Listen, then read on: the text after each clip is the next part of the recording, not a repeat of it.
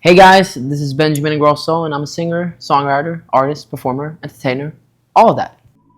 Hey, can't deny what I'm feeling. I kept on believing that I could hide from the truth. It's been a long journey to find exactly what I'm, you know, what sounds like Benjamin today as a 27-year-old guy. And I still think that I'm looking for that sound, even though my last album was something that I'm very proud of. I'm still trying to find. I think every single album that I make is something closer to what's really Benjamin. And but this album was probably the album that the 9-year-old Benjamin would have loved. It has a lot of musical influences and a lot of sounds that came from the 70s and 80s, like Elton John, Queen, Earth, Wind and Fire, and even some rock pop as well. So I think it's just a mix of all kinds of music, I guess. But a lot of the sound-wise, everything is basically recorded with live instruments. But then we mix it afterwards, so it sounds in the face. Yeah, it could be so easy. Something for the weekend. I kind of had my breakthrough during COVID, so I never got the chance to perform a lot of my music live. So when COVID was over and I got the chance to become a live artist, I realized that a lot of my music is meant to be performed live. So I produced them in that type of way. And I also, when I went on tour, I played a lot of unreleased material, and then I went back into the studio after the tour to finish the product. So because it helped me to produce the music while having an audience react to it. So I could make it sound even more energetic, because I felt that, okay, here in the second verse I lose energy of the audience, so we have to do something here, or maybe the song should be faster or a different key. And also I felt more free producing this album because I had no limits, basically. I think mm, it was probably meant to be during that time. But I also think I've been working in this industry since I was 9 years old. So eh, I think that I'm still, I still work as hard as I've always been working. But um, I've achieved a lot of stuff in my country and stuff like that. But here I'm like a pretty new upcoming artist, I guess. So that for me is like I'm still waiting for the moment that I had a few years ago back in Sweden, where I come from.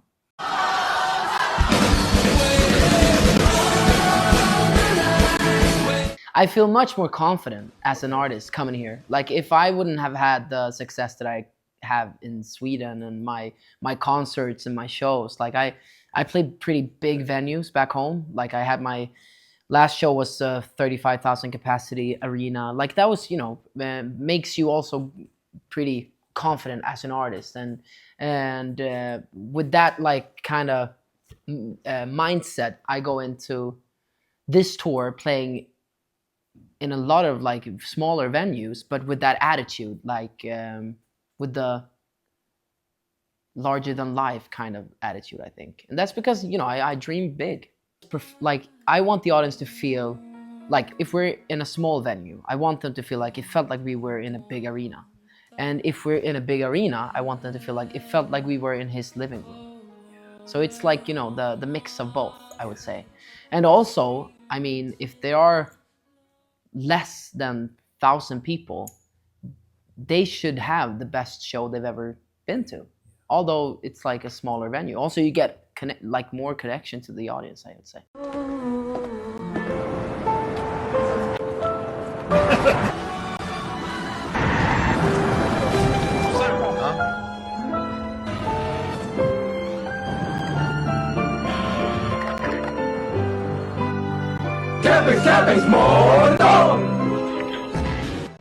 The name was also the name of the album, Pink Velvet Theater. So, and I started writing on the album 2.5 years ago. So it's been a long process, and it just helped me to like discover new sounds, I guess. Helped me to create and be more uh, more like what's the word, like um, more free, I would say. I could also write a song that felt very nice, but then when I put it in the pocket, Pink Velvet Theater, it didn't make sense. So I could be like, okay, that song doesn't make sense in this world, but it's a good song, so I can save it for later. So when I, put out this album and then the tour, it also made sense to make it more as a theater kind of world. When I write the album, I'm in my own bubble where I write the album. Like I write every single song, um, in the hope of making it, as a cohesive album.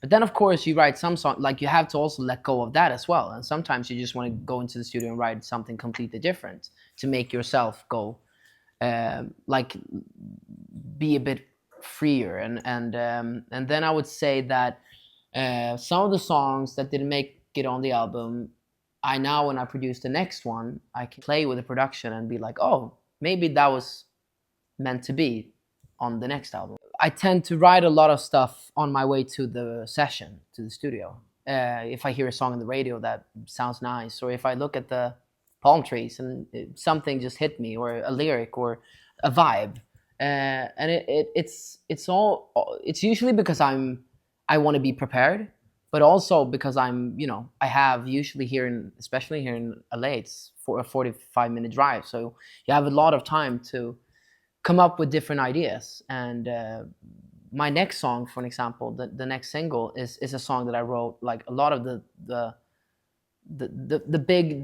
big part of the song was written before the session in the car. And of course, sometimes you go in and you play it and you're like, oh, this sucks, and then you start writing another idea. But I think, and also I save a lot of. I have on my phone, I have 10,000 voice memos with just different melodies and production ideas and stuff that I always come up, like every single day I have at least 5 to 10 ideas, I would say. Like I've always dreamt of becoming a global artist. And even when I was younger and I loved musicals, I wanted to become the biggest actor on Broadway. Like I've always had the larger than life dream, I would say. I think it might be because I come from a small country. Sweden is, pretty small compared to States and the US, but and also because when I was younger, I dreamt of sitting in a cab in New York City and hearing my song on the radio, because that was just, a pretty cool feeling. Also because I started as a young kid in Sweden, hearing my song on the radio when I was 9. Already achieved that. I was like, okay, now what's the next feeling?